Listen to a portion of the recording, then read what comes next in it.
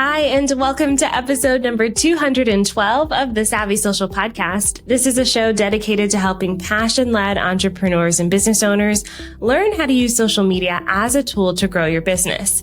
I'm your host, Andrea Jones, and I'm fiercely committed to helping you understand both the how and the why of social media marketing so that you can create connection, build community, and make your difference in the world. This show is brought to you by Sendable, which is the all-in-one social media management tool that my agency uses every single day to schedule our posts and to analyze results. You can try them for yourself for free by going to OnlineDrea.com/Sendable. And I'll put that link and any of the links we mentioned today in the show notes. You can find those at OnlineDrea.com/212. I am super excited for today's guest. This is a topic that I really want to bring to the show to give you that well-rounded perspective of social media, to talk about not just the technology or the technical pieces of social media, but our own humanness and what we bring to the table as business owners, some things that can actually hinder us and stop us as we're moving through. So we'll bring on the guest in a moment. But for those of you who are new, I do want to invite you to check out our free course.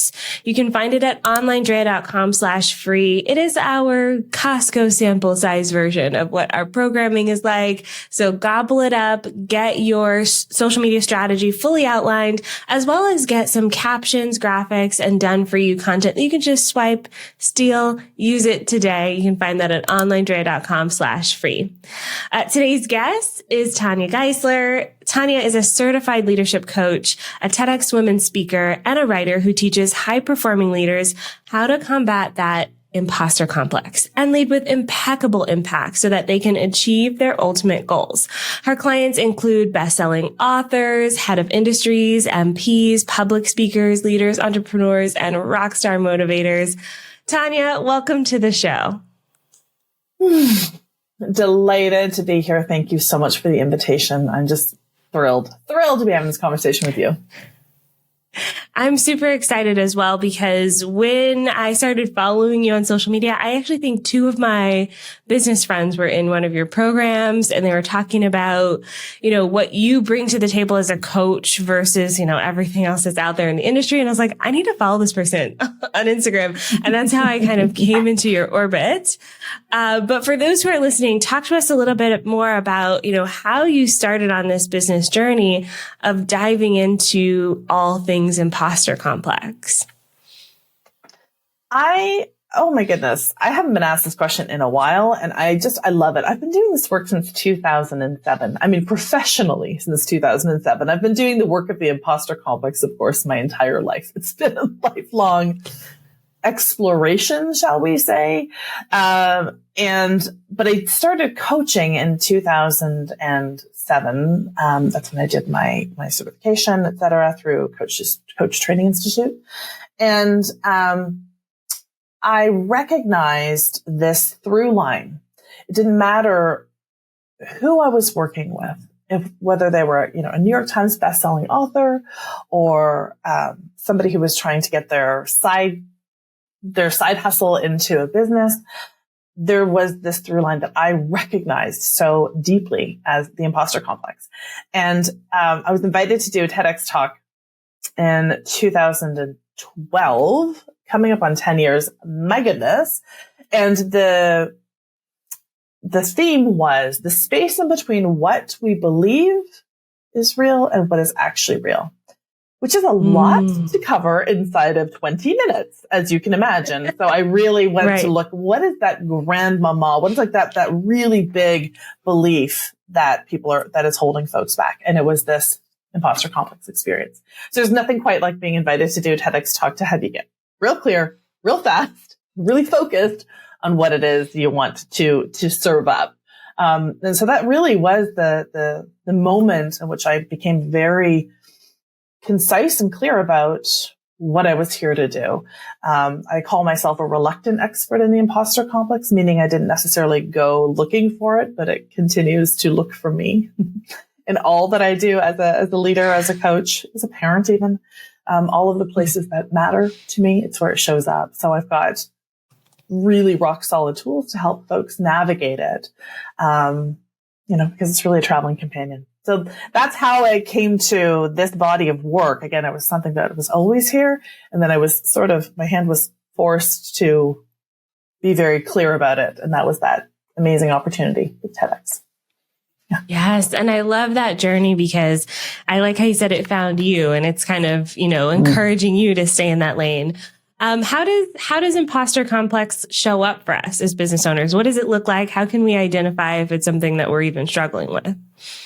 There's a lot of times I ask, how long do we have? How long do we have for this conversation? It shows up in all of the different ways and all of the different permutations. I think me naming the reluctant expert is actually wanting to underscore we are required to stay in integrity with what we are here to teach. So for me to be in integrity with what I'm here to teach, that means that I need to experience the imposter complex in all of its permutations. So when you say, how does it show up? All of the ways, all of the times at the precipice of something exciting and great and something that's meaningful. So the first piece, the good news about the imposter complex is you're experiencing it because you've got beautiful, strong values of proficiency, excellence, and integrity. And that's the reason you're coming up against these moments where you feel like a fraud, you feel like a fake. It's just a matter of time before they all find out that you don't know what you're talking about. And so there are 12 really specific lies that show up with the imposter complex, and we'll probably pull out the ones that are most relevant for your audience. But the way it keeps us out of action, doubting our capacity, and alone and isolated, those are its three main objectives. And the way it does that is by having us hide out in procrastination, in perfectionism, in comparison, in diminishment, in people pleasing, and in leaky boundaries. And so as an entrepreneur, as a business owner, you can see all of the ways those might interplay. So you might have a great handle on your perfectionism, but in diminishment, it might show up in your pricing or the way you are not showing up as audaciously as you would like to from a visibility standpoint. Or the way your people pleasing has you over delivering so much with your clients. So it shows up in all of the different ways, and the work is in understanding how it impacts us very uniquely. Mm-hmm. I would like to sidebar here for a second and say, the self-development space is a $40 billion industry. And it's very, very, very committed to making people feel wrong for being perfectionists, for being people pleasers. So I always want to take a hot second here and say, one of a couple of things. I approach this work through the lens of my lived experience as a white, able-bodied, neurotypical woman of middle-class means living in North America. So I like to address and acknowledge that that's not everybody who's listening. That might not be your experience too. That might not be your lived experience as well. So finding the teacher who speaks about this that has a closer relationship to what your lived experience is really an important aspect of this. My On Hiatus podcast, Ready Enough with Tanya Geisler, aims to invite folks from different, who have different experiences to name how it shows up for them uniquely. So that's the first piece. Like there's part of my job is to really flatten the imposter complex and sort of serve it up and say, this is what's happening. It's going to be, it's going to keep you out of action, doubting your capacity, and alone and isolated. But there are other factors that will also keep you out of action, doubting your capacity, and alone and isolated, right? Neurodivergence will be doing that. Xenophobia will be doing that. Transphobia, right? All of this. So I like to make sure that we are naming that, bringing some nuance in, and also not making ourselves fundamentally wrong for diminishment, for people pleasing. Because these are aspects of ourselves, first of all, that are highly relational. We are people pleasers because we value inclusivity. People pleasing is actually making sure that we remain safe, particularly for those with marginalized identities or systemically excluded folks. It's important to make sure that they are fitting in. Perfectionism has everything to do with a beautiful value of excellence. Even leaky boundaries, really that speaks into our generosity, comparison has everything to do with our desire for connection. So I just like to, and procrastination, it has everything to do with the beautiful value of discernment. So I think that we'd like to look at these characteristics and say, there's something fundamentally wrong with us because I happen to be a people pleaser. And we say, no, actually, let's amplify those beautiful attributes and let's make sure that they do not stop us from getting our good work in the world, from connecting with the people that we are here to connect with, from doing what we need to do to shift and change the status quo. Let's not let that get in the way, and let's amp up what we love so much about these aspects of ourselves. Does that make sense? Yes, and so beautifully said. I think that this is something that is amplified by social media in today's world, especially my social media circle. So obviously I curate my social media. So I see a lot of these conversations and topics on purpose. Specifically on platforms like TikTok, I'm seeing this beautiful rise of this, amplification happening across all sorts of types of people and the celebration of the imperfect.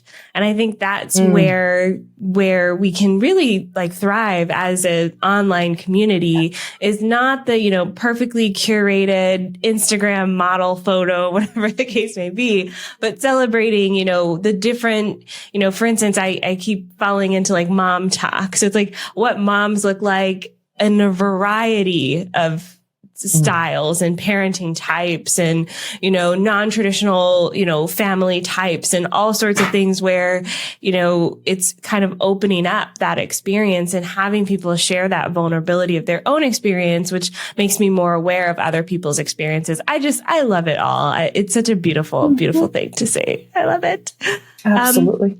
Absolutely. So let's talk specifically about how this shows up on social media. I know for me, I've been creating video online since 2007. I've been blogging or posting online since 2004. So I had to deal with a lot of this early on, especially when people were way judgier about posting videos online in 2007. Let me tell you, that was weird. It was very weird. So now that even though it's more normal, there's still a lot of hesitancy. I even still have, these videos that I've recorded on my phone where I'm like, I don't know if I can post this because, what if, or I don't feel, or, all of those things. So, how do we tackle those feelings as we're trying to show up on social media? There are so many different ways into this. So I mentioned that there are 12 really specific lies that it has us believe, and that there are these 6 behavioral traits. And it doesn't matter which door you enter into, it's going to get you into the system and the structure of the imposter complex. But the lie that I hear the most often as it relates to social media, there are a couple. You're not ready yet is one that really sort of ties into our desire for perfectionism. But you have nothing useful to say or original or valid, right? So that's lie number 4 of the imposter complex. So we believe this lie, we pass up opportunities to share our brilliance. We don't produce that video. We don't put out that video because it's all been said before. This is what we'll have ourselves believe. Or somebody said it better or more cleverly, or it's not on brand for me to say this thing that's off script. And there's something, all of these great, air quotes on the great reasons, but they're still valid. They're what you're experiencing. We're never going to bypass that entirely. But what's happening here is we've got this cocktail of perfectionism, diminishment, comparison, and then maybe even some, procrastination. So we think about this idea and we just sort of let it sit and we talk ourselves out of it. So we don't ever do that. We pass up the opportunity to share our brilliant ideas.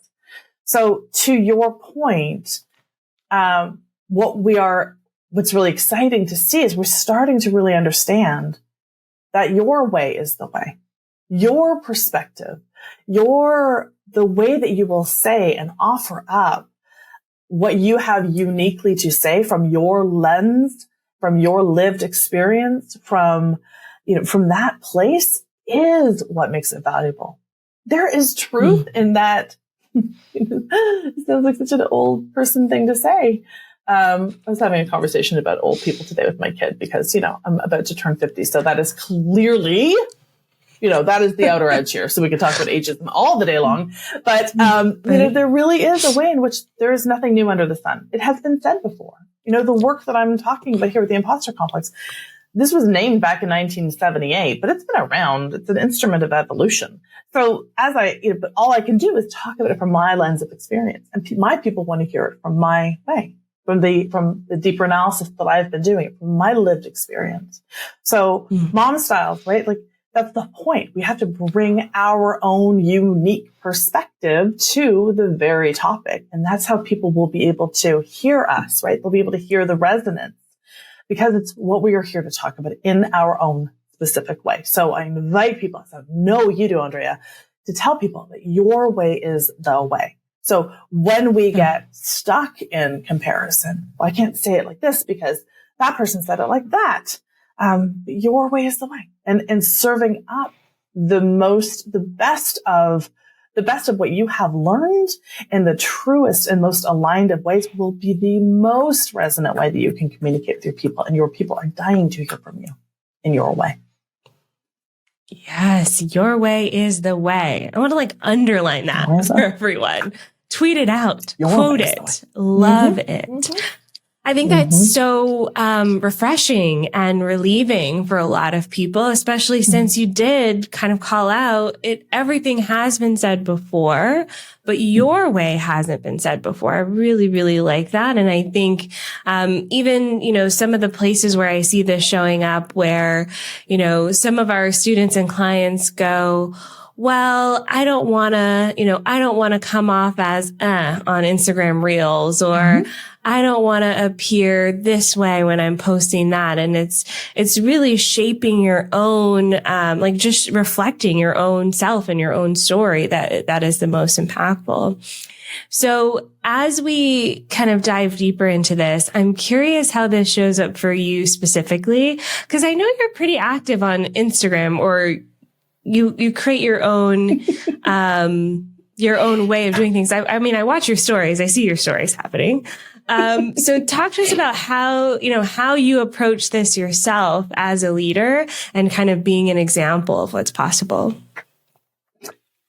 So I love that you said example of what's possible, because that actually is something, I did some beautiful work with my friend and colleague, Lauren Bacon, a number of years ago, on comparison. And it was Lauren who brought to my attention Laverne Cox talking about not being a role model, but rather being a possibility model. So I talk a lot about model possibility with a big nod to Laverne Cox, because I think that that's really what we're wanting to do here, is to show a different way. So my approach to social media, first of all, I think I've shared with you, if once I probably shared with you 15 times, I have had not a fantastic relationship with social media, sort of like a push-pull sort of, tug of war sometimes, a thing that I have to do, right? You hear like the weightiness and that have to. And it has felt antithetical to what I prioritize, to what I uphold. It has felt like a should, which has been very inconvenient because my work is so much about what is in alignment. So it has felt disingenuous for me from time to time to show up in a specific way if I have an expectation that is how I'm supposed to show up. So I've had to unpack all of that and really get right with my energy about what feels good and in alignment for me to share. Otherwise, I just won't do it. And whatever I share will present as dissonant. It just, I can't hide it. Nor do I necessarily want to. That's just how I'm made. So everything that you see on my social media has been posted by me. We do use later. I have somebody behind the scenes who will, so she created something for me, and I was like, ooh, no, we're gonna revisit that, because my gosh, is that actually a thing I said? And she's like, you said that. I'm like, oh, Okay, well, let's try it. Here's what I really meant to say. So that's the kind of back and forth that we will do. I'm like, did I really say ginormous? And she's like, oh, you most certainly said ginormous. Okay. So there's definitely, there's that kind of a relationship happening. So I have somebody that keeps me sort of on track but it's a wireframe that we have co-created. It has never worked very well for me to have somebody who will just run my social media any more than I've been able to it just hasn't worked particularly well for me in the past. So again, everything that you see now, I've had a very heavy hand or a large hand, I guess, and making sure that that's what goes out. And it's been fun, but it's been fun because of that. I have found that sometimes when I just hand something, any part of my business over, if I don't have a part in it, it feels very disconnected from me.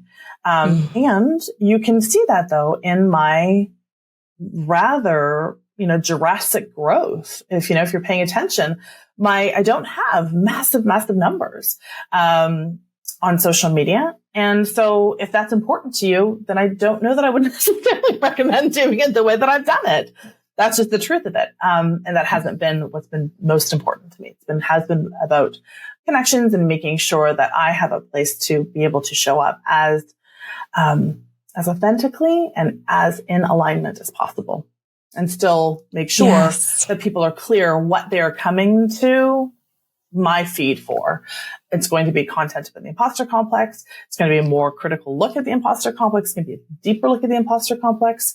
And hopefully in my stories, you'll find things that I'm cooking in family and life, and ways of which that I want people to be able to say, yes, this is somebody I would actually want to spend some time with, or not. I'm happy to just learn from this person.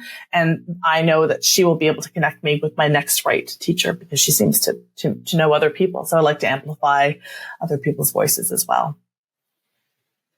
Yes, I love this. And this is why I wanted to have you on the show, because sometimes we do get caught up in the vanity metrics of it all. Like, I don't have enough followers, or I don't have the engagement, or whatever the case may be. And really, that's not focusing on the core goal of your business or the direction that you truly want to go into. And a lot of people listening to this podcast relate to that. We've got a lot of coaches. We've got a lot of experts. We have people listening to the show who want to dive deeper into this because they do feel like, they feel like they are shooting themselves too much. Mm-hmm. And this should be that breath of fresh air for that. And I approach my social media the same way. We don't have a large following on social media, even as a social media, I don't like the word expert, professional, someone in the space professionally.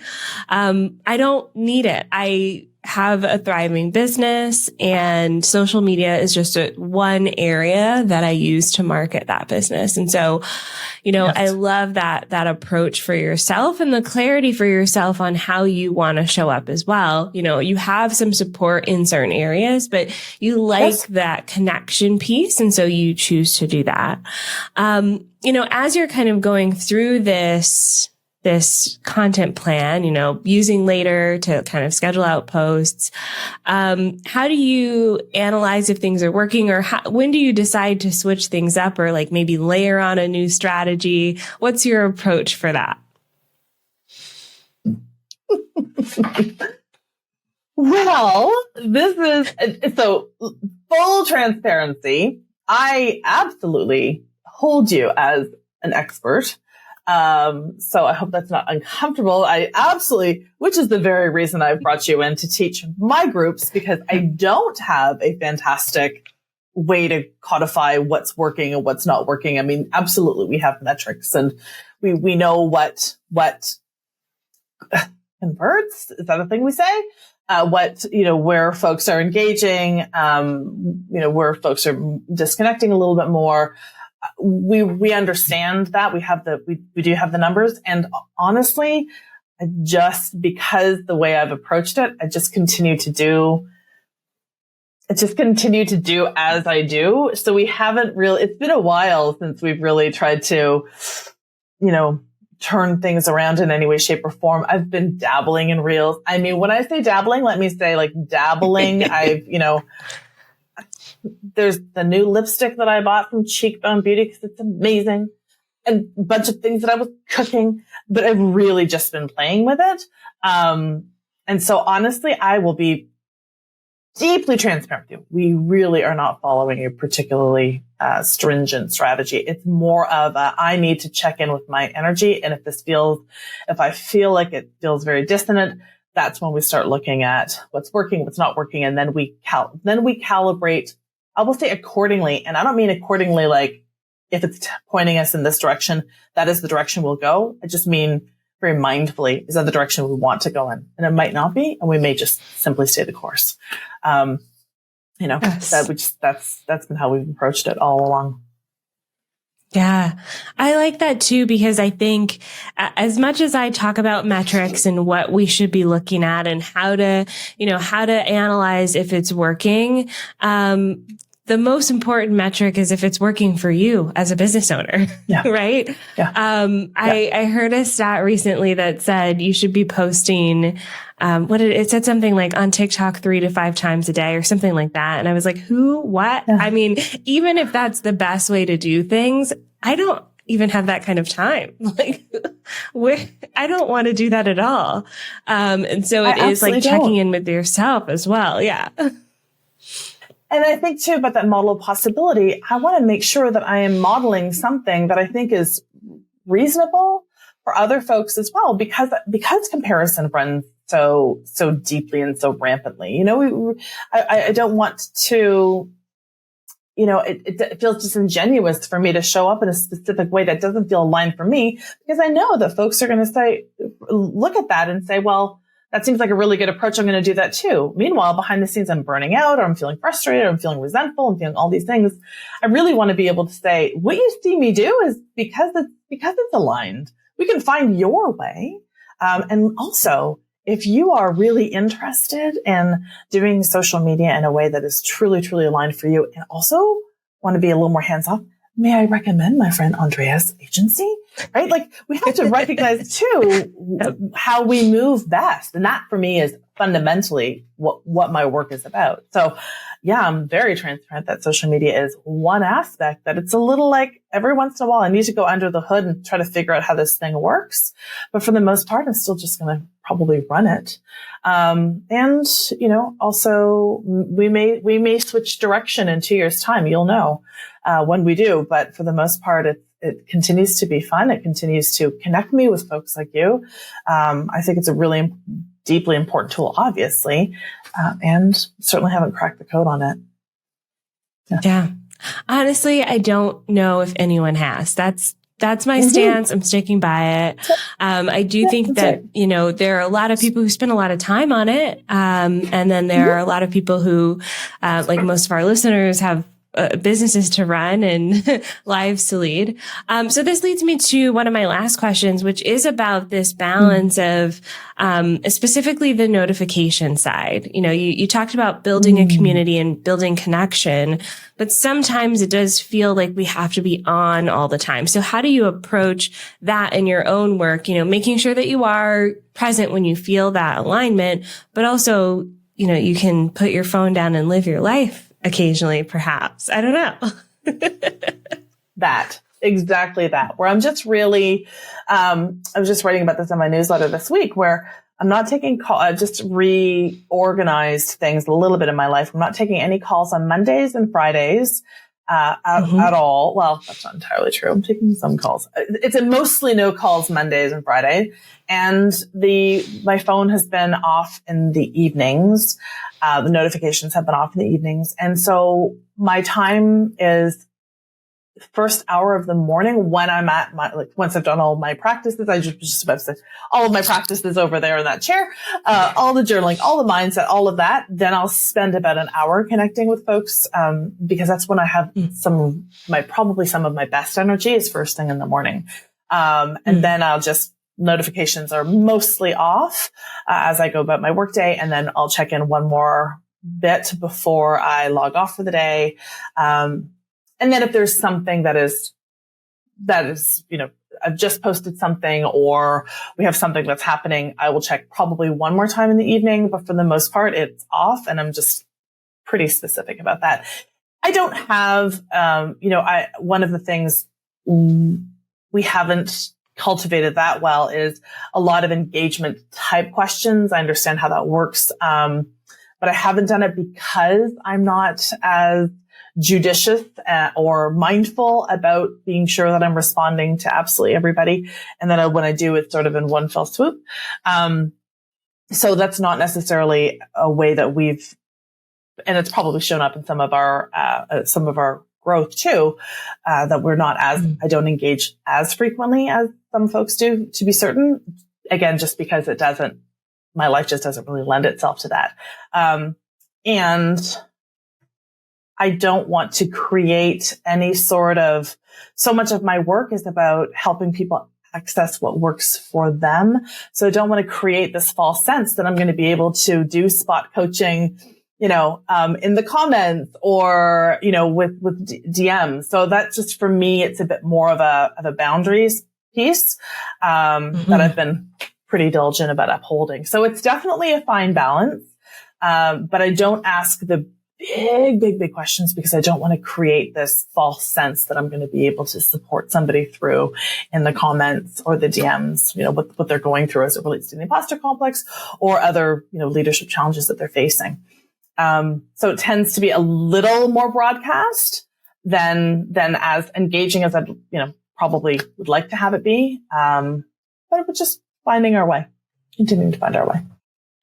Yeah. And I like those boundaries as well. I think it's important for those of you listening to kind of make that decision and try it out for yourself. Yeah. See what works for you.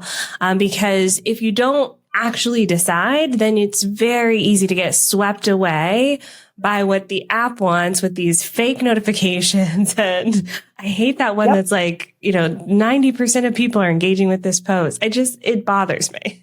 So you decide how you want to show up, and then you don't have to be carried away by what the app wants, which is all of your time. That's right. That's right. And I will say, I know that, algorithmically, I'm not even sure if that's the word, but, I really do have to track my energy around this. So sometimes that's why I'm a little hit and miss about exactly when I'll turn my phone off, because sometimes if I have the energy or it just lends itself, I give myself plenty of permission to change my mind too. But when I have the decision, this is how I want to move inside of this one aspect of my business, then I have a lot more autonomy inside of that. And that just feels so much better for me. But it's to your point. You have to make those choices for yourself. And then it's sort of like a make the rules to break the rules kind of situation, which is so much fun.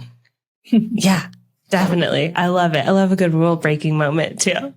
Yeah. Okay. So I know that for those listening, if they want to learn more about overcoming imposter complex, you have a quiz that will kind of help with some of this. Tell us about that quiz. So the quiz is really going to help you identify which of the behavioral traits tends to be the most in your way. And one of the things we haven't really talked about too much has been this perfectionism piece where, it has to be like, we have to post the perfect thing. It has to be the perfect way at the perfect time at the perfect blah, blah, blah, blah. And one of the things I know that we are all trying to do is actually divest from so many of the systems and structures that require a sense of perfectionism.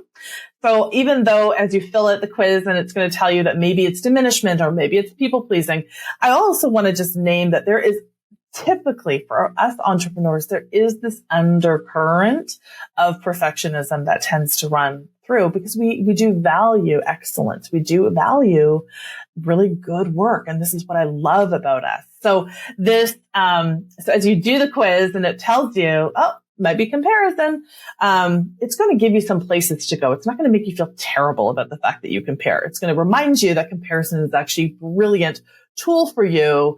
That again, procrastination may be about discernment, but it's going to give you some places to dig in a little bit deeper so that you can stay in action, stop doubting your capacity, and definitely not be alone and isolated. So that's a great place to go, to help you understand that. And then there's going to be a follow-up quiz that we're going to be launching in the next 2 or 3 weeks. I was hoping it would be done, but alas, we had other things happening, that it's going to help you identify what might be your iconic identity that is linked to that value.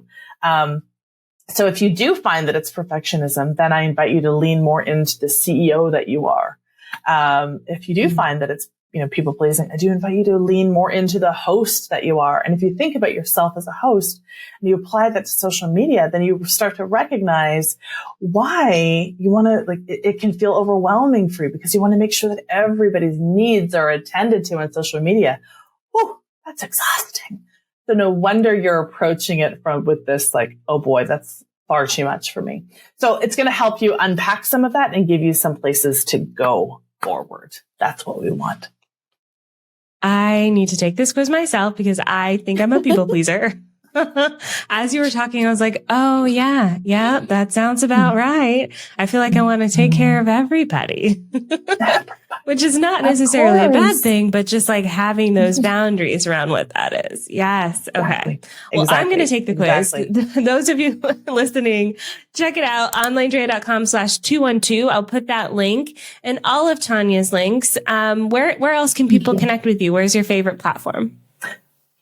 Tanya Geisler on Instagram is fantastic. That's really where I am the most. I'm finding myself sort of, a little dancing a little bit with Facebook. I saw a meme the other day that's Facebook is like a mall where it used to be cool and now it's just old people fighting. I thought that was pretty darn hilarious and also a little close. So I'm not as much on Facebook, but definitely on Instagram. And you, Andrea, have inspired me to spend a little more time on LinkedIn. So just kind of trying to fall back in love with LinkedIn. I was there back in the, I guess I was OG in the original days, but I'm not so much on Twitter, but definitely Instagram. And then of course, TanyaGeisler.com. And there's a training there as well that will help really dig a little bit deeper into the Imposter Complex. It's about 40 minutes. So yeah.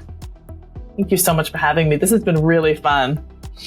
Yes, this has been a blast. Thank you, Tanya, so much for all of the gems. I hope y'all were taking notes because I definitely was. This was one of those episodes you'll want to revisit again and again. Next up, I'm going to be talking about my maternity leave and how I still am planning on posting on social media without getting super overwhelmed. Apparently my dogs are excited about that too. So you can stay tuned for that episode coming up next, and I'll see you then. Thank you so much for listening. Bye for now.